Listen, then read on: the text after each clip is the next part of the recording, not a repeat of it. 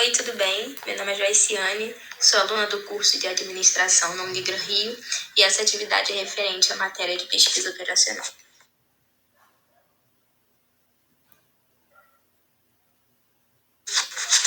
Primeiramente, vamos conhecer um pouquinho do conceito de dualidade. A dualidade, na programação linear, estabelece uma relação entre um problema primal e o seu problema dual correspondente. Essa teoria explora a relação entre a maximização de uma função objetivo em uma função primal e a minimização de uma função dual e vice-versa.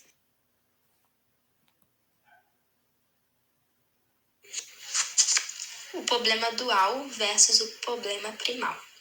O problema dual é uma formulação inicial de um problema de programação linear, onde buscamos maximizar ou minimizar uma função objetivo sujeita a um conjunto de restrições lineares. As variáveis do primal representam as quantidades a serem determinadas, enquanto as restrições representam as limitações. O problema dual é uma formulação alternativa do problema primal, derivada das restrições e coeficientes do primal. Se o problema primal é de maximização, o dual é de minimização, e vice-versa. Ambos os problemas têm o mesmo número de variáveis, mas as restrições e os coeficientes são diferentes. A relação de dualidade estabelece que o valor ótimo do problema primal é sempre maior ou igual ao valor ótimo do problema dual. Isso significa que, se encontrarmos uma solução ótima para o primal, podemos determinar a solução ótima para o dual e vice-versa.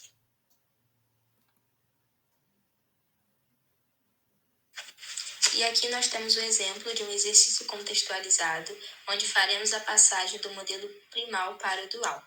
Geralmente, o primal é baseado em x e, quando fazemos a passagem para o dual, transformamos em y. Nesse exemplo, a função objetiva é a maximização de z, que é igual a 2x1 mais 3x2 mais x3, sujeito a algumas restrições, que são 3x1 mais 4x2 mais 2x3 menor ou igual a 10. 2x1 mais 6x2 mais x3 menor ou igual a 20. x1 menos x2 menos x3 menor ou igual a 30. E também temos a restrição de não negatividade, que é x1, x2, x3 maior ou igual a 0. Porém, para realizar essa passagem do modelo primal para o dual, existem algumas regras que veremos a seguir. E aqui nós...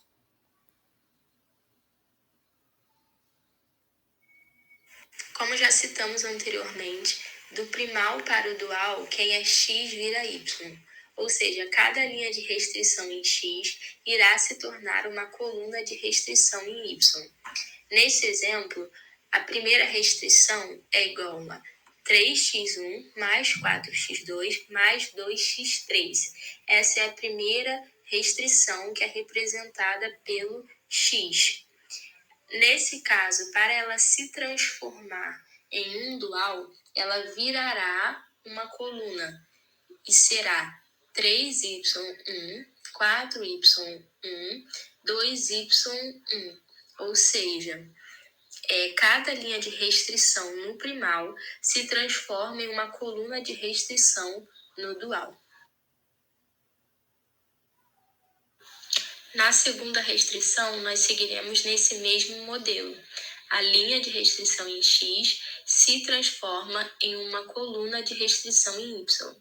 Então, a segunda restrição em x, que era 2x1 mais 6x2 mais x3, se transformará uma coluna de restrição em y, que vai ser 2y2, 6y2, 1y2. A linha no primal vira uma coluna no dual. E a terceira restrição primal também segue essa mesma regra para se transformar em um dual. A linha, ela vira uma coluna. Então, na terceira restrição que tínhamos x1 menos x2 menos x3 se transformará em uma coluna no dual, que será y3, y3 e y3, ou 1y3. É importante destacar que quando fazemos a passagem do primal para o dual, o sinal também é invertido. Então, nas restrições, a gente tinha o menor ou igual a 10, o menor ou igual a 20, o menor ou igual a 30, e quando passamos para o dual, a gente tem maior ou igual a 2, maior ou igual a 3, maior ou igual a 1. Ou seja, os sinais foram invertidos. De menor ou igual ficou maior ou igual. Para encontrarmos a variável dependente do dual, nós buscamos na função objetiva do primal. Ou seja, cada fator numérico da função objetiva se transforma em um fator independente no dual. Aqui, por exemplo, a nossa função objetiva do primal é 2x1 mais 3x2 mais x3, que se transformará em um fator independente no dual, que será 2, 3 e 1.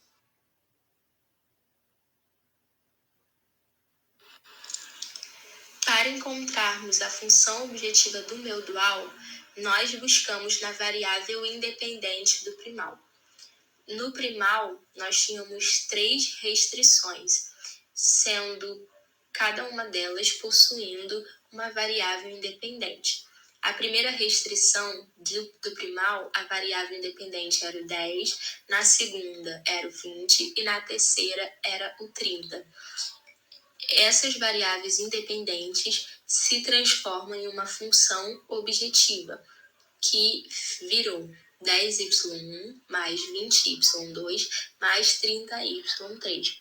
E se na primeira função objetiva nós estávamos falando de maximização de z, no dual vira minimização de z, onde a função objetiva é 10y1 mais 20y2 mais 30y3. E por último, nós temos a restrição de não negatividade, onde no primal era x1, x2, x3 maior ou igual a zero. Para passarmos para o dual, nós só alteraremos a variável de x para y. Então, no dual, a restrição de não negatividade será a mesma do dual, onde só alteraremos a variável de x para y. Então, a restrição de não negatividade no dual será y1, y2 e y3 maior ou igual a zero.